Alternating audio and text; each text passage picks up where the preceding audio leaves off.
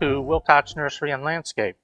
I'm Bruce Turley, I'm the owner, and thank you for tuning into this. I'm always happy to get to talk about native plants, why they're so important, for everything that we need to sustain in our environment, from our pollinators all the way up the chain of life.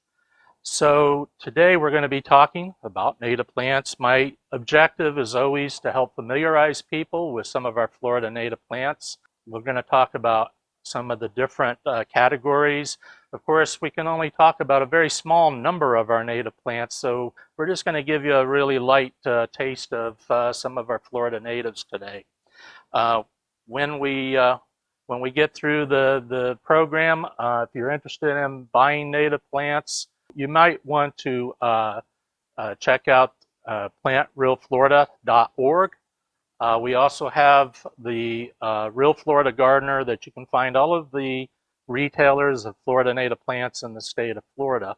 We are, as Wilcox Nursery and Landscape, proud members of the Florida Association of Native Nurseries.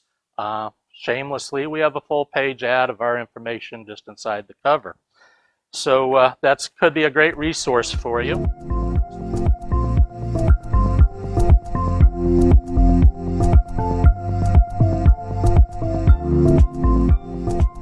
All right, so we just discussed wildflowers, and wildflowers are very often in combination with our native grasses in our natural areas. Florida is home to over 500 species of grasses, and our grasslands can be pretty extensive. And again, the grasses can make a great nursery plant or shelter for the wildflowers and create a great backdrop to them as well.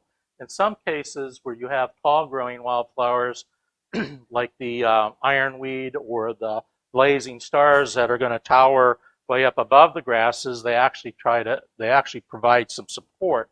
So it can be a nice combination to emulate nature that way in your landscape. This one is one of the love grasses called Elliott lovegrass. It's very popular in cultivation because of its blue color. And again, grasses have all kinds of other benefits ecologically of providing shelter for wildlife. Some of them are larval plants for butterflies and moths and other beneficial insects. This one, though, is one of the lower grasses. It's going to typically be probably under 2 feet in height. They bloom like a lot of the grasses in the fall, and they're going to develop a lot of extra volume in the fall when they're in bloom.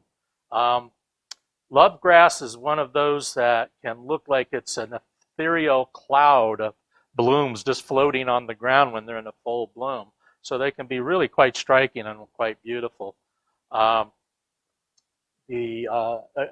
a grass like the love grasses, there is another species called purple love grass. Tends to not have the bluish color, but the blooms are purplish, deep purplish pink. So adds a really striking color for the fall months. Kind of more of an intermediary grass. This is dwarf Fakahatchee grass. I'm kind of talking about the grasses here that are reasonably commonly produced or available in the landscape market so that we're not sending you too off the field. So dwarf Fakahatchee grass is pretty popular for landscaping. For some of my wildlife enthusiasts, it's one of their favorites because of the fact that it is a larval plant for a skipper butterfly. The seed heads that they produce are readily used by birds, and it can be a great attractor into the landscape. Dwarf Fakahatchee grass, this particular one, can be kind of variable again according to the environment or conditions that it's growing in. If it's in a richer soil with a lot of moisture, it's going to be probably about 3 feet by 3 feet in size. In drier or more average conditions, it's going to be smaller accordingly. So this is what people commonly know of as Fakahatchee grass. We have the dwarf Fakahatchee grass. Fakahatchee grass is typically a much larger grass, and it is quite variable like many of our native plants. In the wild, they can be very upright growing. A lot of what is cultivated as Fakahatchee grass is actually a more rounded shape, and again, variable. Many of the wild forms of this plant will grow to be easily 5 or 6 feet tall and rather vertical in their form.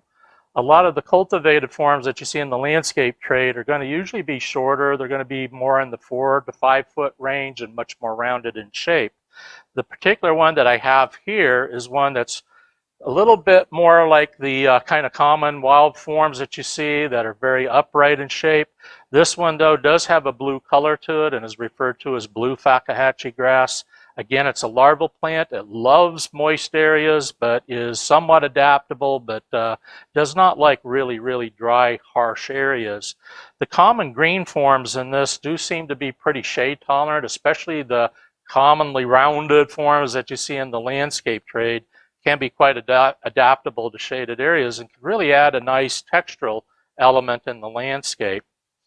Grasses always are very soft. It's a soft texture that you can add in the landscape to break up some of the harsher or stiffer, I should say, looking shrubs or other plants. And it just kind of moves with the breezes and just adds a really nice, soft, natural element to the landscape. So that's Fakahatchee grass. We talked about the dwarf and the regular Fakahatchee grass, and then this is one that again has been really popular in the landscape trade. This is muley grass. It's kind of interesting talking to some of the people that talked about the fact that they introduced muley grass into the landscape market, which was only back in the late 80s, I believe it was. So in this many years, it's become very, very popular throughout the landscape market. But it's especially well received in the native plant business and landscapes. Muley grass, again, grows in a variety of habitats from very dry to moister areas. Its claim to fame is the dynamic and dramatic pink to purple blooms that it produces in the fall. There's nothing like going out on a dewy fall morning and seeing that dew on those blooms, or going out and catching the late day sunset through the blooms. It's just a really awe-striking experience. So again, it's muley grass. It's probably one that I would consider maybe an intermediary grass. Again, typically is going to be somewhere in the 3 to 4 foot range in spread and height. Oftentimes smaller in drier, leaner types of environments. One other grass that's pretty common in the landscape trade is sand cord grass. This one, again, really thrives in moist conditions. By the way, I should mention that almost all of these grasses that are commonly produced are adaptable to short-term flooding with freshwater or saltwater. So they're pretty adaptable to coastal settings, areas where you might be near a pond or a river or something that might flood out of its banks once in a while. But it is also a fairly adaptable grass to fairly dry conditions once well established. This is definitely the largest grass that we have here today to talk about. This grass is going to easily spread to about 4.5 to 5 feet in spread, if not greater.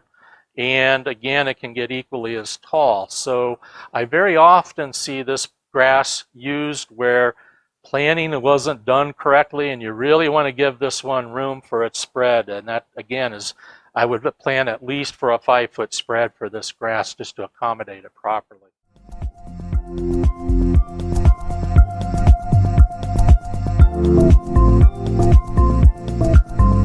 If you really want a dynamic 365, 24/7, plant native plants in your landscape like our firebush here and our goldenrods, and you will bring all kinds of life to your landscape.